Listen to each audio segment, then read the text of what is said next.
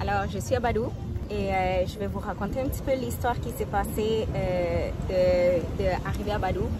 C'est quand même très rigolo comme histoire, puis c'est l'histoire de mes voyages, puis c'est l'histoire de ma vie, I guess. Donc c'est ça. Tout d'abord, je suis à Badou without expecting to be here. Je n'étais pas supposée d'être à la plage, aucunement. Je n'ai même pas de vêtements de plage, j'ai rien. Mais ça s'est juste donné, puis comme je l'ai marqué dans une photo, juste sauter sur l'occasion, I guess. Fait que c'est ça, je suis juste sautée sur l'occasion et justement vu que c'était pas préparé, c'est toute une odyssée se rendre ici. Ok, Badou, c'est une des plus belles plages de la Colombie, comme vous pouvez voir, mais c'est vraiment toute une odyssée. Je pense que Badou c'est une péninsule, je sais même pas c'est quoi une péninsule, mais je pense que c'est une péninsule. Et en fait, c'est ça, mais c'est tout un struggle à arriver ici. Tout d'abord, ça je l'avais vécu l'année passée. Quand tu arrives ici, ça parle de la nécessité du pays. Il y a des jeunes qui t'arrêtent dans la rue, ok? C'est comme, il y a un pont, on va traverser un pont, puis là, en traversant le pont, il y a plein de jeunes, ok? Puis les jeunes, ils t'arrêtent, là. Ils arrêtent les autos, puis tu peux pas passer si tu leur donnes pas du cash. Si tu leur donnes pas de quoi. Donc, c'est comme une taxe pour passer, mais ce qui est vraiment fucked up, c'est que c'est pas une taxe légale. C'est vraiment comme, il y avait quoi? Comme 6 jeunes, puis ils sont tous ensemble, puis s'ils veulent pas te laisser passer, ils te laissent pas passer. Fait que le taxi qui nous a amenés ici, moi je le savais déjà, tu sais, le taxi qui nous a amenés ici, il a juste lancé une monnaie pour que les jeunes puissent courir après la monnaie pour qu'on puisse traverser le pont. Je suis déjà comme holy fuck. Après ça, en traversant, ben tu sais, le taxi ralentit, là il y a du monde qui s'approche, puis je suis accompagnée, fait que là la personne, tu sais, ils voient carrément que la personne vient pas d'ici, donc ils disent where are you from, where are you from. Là, moi, je sais, puis je dis, ils répondent rien. Puis là, je dis, tu sais, moi, je sors ma tête, puis je dis, ah, de Medellín, de Medellín. Tu sais, fait que là, ils savent que je suis ici, puis là, ils disent, ah. Puis là, ils sont fucking drôles parce qu'ils m'ont checké, puis ils m'ont dit, ah, inquiète-toi pas, ici, on vole rien, on vole juste de cœur. Puis là, j'étais là, ok. Fait qu'on se fait suivre par cette moto-là. On est en taxi, puis on se fait suivre par cette moto-là. Puis là, ils essayent de continuer à nous parler, puis là, je suis là, holy fuck, qu'est-ce qu'on va faire? Merde, ok. Là, quand on arrive ici, il faut prendre un boat. Un petit boat qui nous ont dit que ça valait 5 $. 5 $. Rendu ici, ils nous le font à 10, ils nous le font à 25, tout ça. Fait que là, moi, je prends mon sac, je m'arrête dans le sac, puis je m'en vais pisser. Il faut payer pour aller pisser. Là, quand je m'en vais pisser, je demande à la femme, puis là, je dis à la femme, je dis, hey, ma belle, c'est où qu'on prend les bateaux? Puis là, elle me dit qu'il va juste là, puis je dis, c'est 5 000. Elle me dit, ouais, laisse-toi pas voir. Fait que là, le patinet, il revient. Ah oui, j'ai oublié de dire que le patinet qui nous a arrêtés, il y a 2 tatous d'en face. Un scorpion, puis un AK-47. OK. Fait que lui, il nous suit, il se pogne avec la femme de la toilette, puis il dit, yo, on essaie de faire notre travail et tout ça. Puis moi, je suis comme, ouais, oui, mais moi aussi, j'essaye de dire, pas dépenser tout mon argent. Ok, whatever. Fait que là, on arrive, là, la femme, elle a tout vu ça. Fait que là, elle me criait, ma belle, oublie pas, c'est à eux autres qu'il faut que tu leur demandes. Puis là, je fais, hey, merci, ok. Fait que là, j'arrive quand on s'en va embarquer dans le petit bateau, yo, tout le monde essaye de nous hustle, tu sais, tout le monde essaye de vendre leurs trucs et tout ça. Puis là, t'es comme, holy fuck, mais tu sais, au moins, je connais ça. Bon, finalement, fait que c'est tout un struggle d'arriver ici. Finalement, on arrive ici, j'avoue que je suis dans un hostel, super beau, éco-hostel, super beau, super petit, super restreint dans les nécessités. Puis c'est ça que je voulais aussi vous raconter, c'est qu'en fait, la Colombie, tu sais, c'est toutes des choses qu'on jouit au Canada sans vraiment s'en rendre compte, mais que dans d'autres pays, c'est très important. Par exemple, l'eau. J'ai le droit à une douche par jour de 10 litres. OK, essayez de faire ça. J'ai le droit à une douche de seulement 10 litres. J'ai développé une technique pour prendre ma douche de 10 litres. Fait que là, tu sais, j'ouvre l'eau à genre 1% débit, genre. Là, je me mouille. Là, je ferme l'eau. Puis là, je me savonne partout. Puis là, après ça, je prends le reste de la douche. OK. Fait que j'ai une douche de 10 litres par jour. Il n'y a pas d'eau potable. Donc, moi, je bois énormément d'eau. Fait que là, ça, c'est genre, je suis en train de passer tout mon argent dans de l'eau. Puis là, fait qu'il n'y a pas d'eau pour se brosser les dents, il n'y a rien, tout ça. Il y a juste un petit bac d'eau comme ça pour toutes les personnes du hostel. OK, what to do, yo? Fait qu'il n'y a pas d'eau pour flusher la bolle de toilette. Fait qu'il faut que tu flushes l'eau des toilettes avec l'eau de la mer. Puis là, il y a un bac à côté de la toilette. Où est-ce que tu vas prendre l'eau? Où est-ce que tu prends l'eau, puis là, tu flushes la toilette. OK, donc c'est ça. Il n'y a pas d'électricité. Il y a de l'électricité seulement de 6 à 9. Donc, il faut que tu calcules ton téléphone.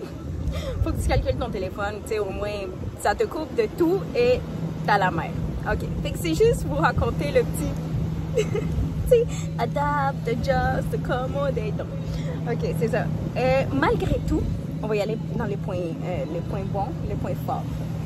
Le point fort, c'est que, ouais, un des plus beaux points forts, c'est que Onagua Camaja. C'est quoi Onagua Camaja en français? Je pense que c'est un ara. Tu sais, là, les oiseaux qui sont rouges, bleus et jaunes. OK, bon. Il y a un ara, je pense que c'est en français, sauvage, qui s'appelle Mathias, qui se promenait par ici et on était en train de l'appeler parce que j'ai vu, on a vu des locales l'appeler puis venir se déposer ici. Fait que, you know, qu'est-ce que j'ai fait? Fait que, tu sais, j'ai vu du monde, il y a du monde qui était en train, actually, right there. Ils étaient en train de l'appeler, puis là, genre, don't ask me why, mais j'ai vu que la rame me regardait. Fait que je me suis approchée, moi aussi. Quand je me suis approchée, je l'ai checké, je dis, hey, Mathias, without expecting que Mathias allait venir se déposer sur moi. Fait que ça, c'est un des super de points forts de mon voyage à date, c'est que j'ai un oiseau sauvage qui est venu se déposer sur moi.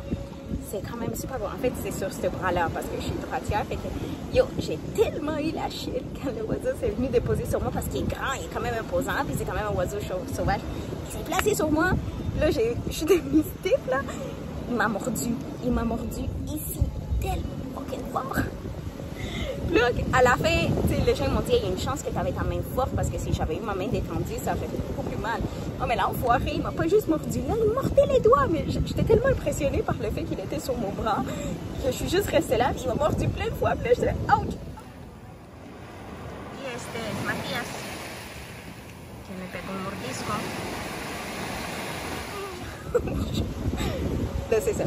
Fait que ça, c'est un des points forts du voyage, c'est que j'ai un ara qui est venu, un ara sauvage qui est venu se déposer sur moi. C'était quand même très beau. Je l'ai peut-être pas raconté, mais je parle aux animaux. Comme que je parle à la mer, mais pour de vrai, comme je parle aux animaux, comme, je sais pas si je vous ai déjà raconté la fois que j'ai parlé aux requins. Ça sera dans une autre vidéo, mais bref, je parlais à un éléphant, à un lion. Mais là, c'était le hara qui était venu se déposer sur moi. C'était vraiment très beau. Une autre des belles choses qui m'est arrivée dans ce voyage-ci, tout est super inattendu, tout ça, c'est on est allé faire un plankton tour. Yo, si jamais vous avez la chance, à un moment donné, de faire un plankton tour, faites-le. C'est magique, là. C'est magique, là. Des planctons, c'est des bactéries. Non, des bactéries, c'est pas des bactéries, c'est des... bon, c'est des petites luminescences. Donc, ils brillent dans le noir, dans l'eau. Oh my god, c'est magique. Yo, c'est-tu des bactéries ou c'est des... ouais, c'est comme des petites bactéries, là, minuscules, là, genre, comme, tu sais, j'en avais... Yo, c'était fucking wow. Genre, pour de vrai, là, si jamais vous avez la chance de faire un plankton tour à un moment donné dans votre vie, faites-le. C'est vraiment fucking beau. Là, tu bouges dans l'eau, là, puis c'est comme si t'étais magique, là. C'est comme, il y avait de la lumière alentour de moi. Yo, c'est fucking nice. Surtout que c'était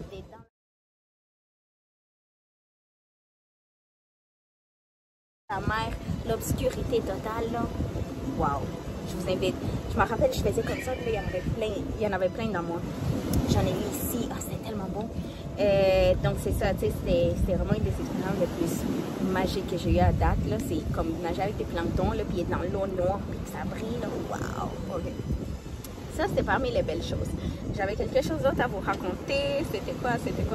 Je me suis perdue. Ah oui! Une autre chose, là, on va embarquer dans des choses un peu plus. Je vois que Roll qui fait son arrivée. À un moment donné, ouais, j'ai voulu nager nue dans l'eau. Donc, cette journée-là, je me sentais très audacieuse. Je me sentais très free spirit. Je me sentais très I want to try something new. Donc, j'ai décidé, je voulais nager tout nu dans la mer. Fait que là, je suis nagée en plus en plein jour. Fait que là, on est allé loin. Loin. Puis là, genre, je suis rentrée dans l'eau, il n'y avait personne. Une chance qu'il n'y avait personne. Il n'y avait personne. Puis là, je me suis déshabillée dans l'eau. Ah, ça, c'est une autre expérience que vous devez absolument faire. Nager tout nu dans la mer. je me sentais en connexion. Je me sentais tellement en connexion avec la mer. Je me sentais une sirène. Je me sentais un petit poisson. Je me sentais vraiment faire partie de la mer Terre. Puis là, je nageais, je tenais mon maillot de bain. Puis là, je nageais tout nu. Je nageais tout nu. C'était fun. C'était magique. Jusqu'à temps que je m'en vais pour m'habiller.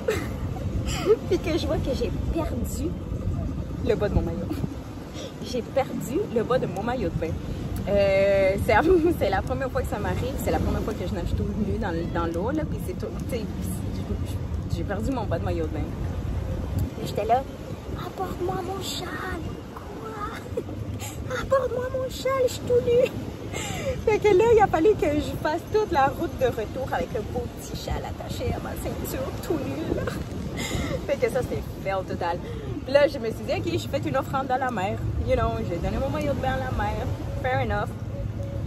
Pour continuer sur les histoires rebelles, sur les histoires rock'n'roll, en parlant d'offrande, j'ai donné une autre offrande à la mère. J'ai donné ma bague, ma belle bague en or. La vérité, c'est que c'est pas la première fois que ça m'arrive de perdre une bague à la mer. J'en ai déjà perdu une ici, là, en or, là, 18 carats, là, massif, là. Yo, je l'aimais, cette bague-là, puis yo, elle est partie dans la mer. J'ai perdu d'autres bagues en argent, mais tu sais, c'est un peu moins pire qu'en or. Là, j'ai perdu celle ici, en or. Mais ce que j'aimais d'elle, c'est qu'elle avait un petit saphir. Mais, you know, une chose que je suis pas matérialiste, tu sais, detachment, j'ai beaucoup travaillé ça. La vie m'a fait beaucoup travailler ça dans les dernières années. Donc, une fois qu'elle était partie dans là, j'étais comme, you know what, c'est une offrande. C'est une offrande, puis ça m'a fait plaisir, at the end of the day, at the end of the story, de faire cette offrande-là à la mer. C'est comme... En fait, avec moi, j'ai tellement déjà donné de l'or à la mer que... Mais je l'ai vu comme ça. J'ai fait une offrande à la mer, j'ai donné de l'or, puis ça m'a fait vraiment plaisir. Tu sais, genre, aujourd'hui, je suis en paix. C'est comme... Il y a une femme qui m'a dit, parce que je cherchais ma bague, il y a une femme qui m'a dit, inquiète-toi pas, ma belle, c'est qu'il y a une autre plus belle bague, plus grande bague qui va venir à toi. Je le crois. Donc, c'est ça, fait que ma bague en or est partie. Et puis la dernière chose pour finir sur une note positive, j'ai pogné une otite. J'ai pogné une estie d'otite. Mais l'affaire, c'est que je suis quelqu'un de méga résistant. Pour ceux qui me connaissent, vous savez que je suis une guerrière. Vous savez que je suis genre... ouais, c'est ça, je suis une guerrière. Donc, j'avais fucking mal. Moi, j'aime beaucoup nager. C'est le sport que j'aime beaucoup le plus, c'est la natation. Fait que j'aime beaucoup nager. Et dès que je suis arrivée, j'étais fatiguée. La vérité, c'est que j'aboutis ici parce que justement, tu sais, il y a des choses qui se sont passées différemment dans ma famille, des imprévus. Tu sais, j'ai dû dealer avec beaucoup de choses, donc c'était un peu lourd et difficile pour moi. Donc, tu sais, j'ai pris une semaine pour moi, ça a tombé comme ça, fait que je suis revenue ici. Je vous avoue que mon système immunitaire était un peu faible pour tout ce que j'avais vécu, justement, mais no matter what, je me suis lancée à l'eau. Puis là, je me suis lancée à l'eau avec mon système peut-être un peu trop fatigué, puis j'ai pogné une otite, méga otite. L'affaire, c'est que j'ai réalisé que j'avais une otite quand j'ai commencé à avoir mal à la mâchoire. Fait que ça veut dire que ça faisait déjà comme 2-3 jours que j'avais mal aux oreilles, mais c'est quand j'ai commencé à avoir mal à la mâchoire que je me suis dit, maybe there's a problem. OK, le problème avec la situation de l'otite, c'est que trouve des médicaments. Comme je vous ai raconté, on était éloigné de tout. Il y a à peine de l'eau, il y a à peine de l'électricité. Fait que imagine-toi qu'il n'y a pas de médicaments. Donc, ce qu'on a fait, ben, par grâce, c'est ça, la honneur de la place, là, c'est un ange. Oh my God. Mais avant cet ange-là, ma meilleure amie, c'est une ange. J'ai ma meilleure amie colombienne, elle est médecin. Puis elle est tout le temps là pour moi. À chaque fois que je suis en voyage, she expect me to call. Fait que je l'ai appelée, puis j'ai dit, elle m'a dit, oh, puis là, je dis, oh, s'il te plaît, lis mon message. Puis là, quand elle a lu le message, je dis, oh, puis elle m'a dit, oh, t'as pogné une otite, pogne ton médicament, tout de suite. OK, fait que là, je descends voir la honneur. Puis j'ai dit, hey, j'ai besoin d'antibiotiques, j'ai pogné une otite, je me sens vraiment pas bien. Puis elle est tellement cool, elle m'a dit. 2 heures plus tard, sa fille, elle est arrivée avec les médicaments pour moi, puis elle me les a donnés. Puis là, j'étais là comme, oh. Là, je suis descendue en courant pour aller voir la madame, puis je lui dis combien je te dois, tu sais, combien je dois te payer. Puis ça, c'est une autre belle, tu sais, comment trouver tout le temps du beau dans du mauvais. Elle m'a dit non, c'est gratuit. Et là, j'ai dit non, s'il te plaît, dis-moi combien je te dois. Puis elle m'a dit non, c'est gratuit. J'ai dit en fait, elle m'a dit en fait, c'est vraiment beau ce qu'elle m'a dit. J'ai vraiment envie de vous partager ce qu'elle m'a dit vraiment. Elle m'a dit en fait, ici, on aide les femmes divines. On s'aide entre femmes divines. Yo, Puis elle m'a juste dit, c'est correct comme ça. J'étais comme, wow! Fait que c'est grâce à la honneur de la place que ma otite va vraiment mieux. J'ai développé la théorie que j'ai peut-être pogné une otite à cause qu'il y a un plancton qui est rentré dans mon oreille. C'est une théorie. Et finalement, la chose que je voulais vous raconter, donc c'est ça. Fait que j'ai pogné, fait que c'est grâce à la honneur ici que j'ai pu avoir mon médicament. Mais c'est ça quand tu arrives avec un vibe, tu sais, tranquille un peu, tu sais, relax, I guess, humble, I guess, too, you know? Donc, c'est ça. Fait que c'était ça que je voulais vous raconter de toutes mes péripéties à Bali. Donc, si jamais vous venez à Bali, en Colombie, be ready. Et je veux, sur la dernière note sur laquelle que je voulais finir cette vidéo-là, c'est en fait sur une demande conseil. Okay? Et en fait, c'est pour la mer. Moi, j'aime beaucoup la mer. Et en fait, c'est d'enlever, je vous demande vraiment du fin fond de mon cœur qu'à chaque fois, de faire comme moi. Chaque fois que je vois du plastique dans la mer, je l'enlève. Tu sais, c'est un geste minime, mais c'est un geste qui fait une grande différence. Si on est beaucoup à le faire, ça fait vraiment la grande différence. Puis ce qui est le fun, c'est que, tu sais, je le fais, mettons, moi j'aime beaucoup la mer. Puis quand tu es plongeur, j'adore faire de la plongée sous-marine. C'est une chose qu'ils t'apprennent. En fait, si vous avez un bon coup, vous avez sûrement eu cette devoir. C'est que quand tu es plongeur, ils t'apprennent que quand tu plonges puis tu vois du plastique, surtout de la poubelle dans la mer, tu la ramasses, you know? Fait que moi, j'ai appris ça, puis moi, je le fais même sur la plage. Quand je marche sur la plage puis je vois du plastique dans l'eau, je l'enlève, you know? Ça, c'est faire un petit clin d'œil à la mer, c'est faire un petit clin d'œil à la planète Terre, you know? Puis ce qui est le fun, là, c'est que, ce qui est le fun, c'est que, tu sais, comme c'est que les humains, on agit beaucoup par, comment ça se dit, par action-réaction, monkey see, monkey do. Fait que, tu sais, quand les gens te voient faire ça, la plupart du temps, les gens le font aussi. Fait que, tu sais, c'est une chaîne qui se fait. Donc, c'est la seule chose. Je voulais finir cette petite vidéo-là sur ça. Sur dorénavant, quand vous allez à la mer, s'il vous plaît, enlevez le plastique de la mer. Que ce soit juste, savez-vous quoi, les enfants, si vous voulez faire, les enfants vont le faire aussi. Puis quand ils vont devenir grands, ben, ça va être un cycle. You know? Donc, c'était sur ça que je voulais finir la vidéo. Mon otite va mieux. Je vais super bien. Non, je me suis pas fait manger par un rat, mais ça va bien. Mais c'est ça. Et donc, c'est ça. J'ai quand même hâte de raconter une autre histoire. On va voir quoi je vais sortir la prochaine fois. Et voilà, c'est ça. Donc, sur ce, n'oubliez pas, si jamais vous marchez sur la plage, vous êtes à la mer, enlevez les plastiques de l'eau. You know? Thank you.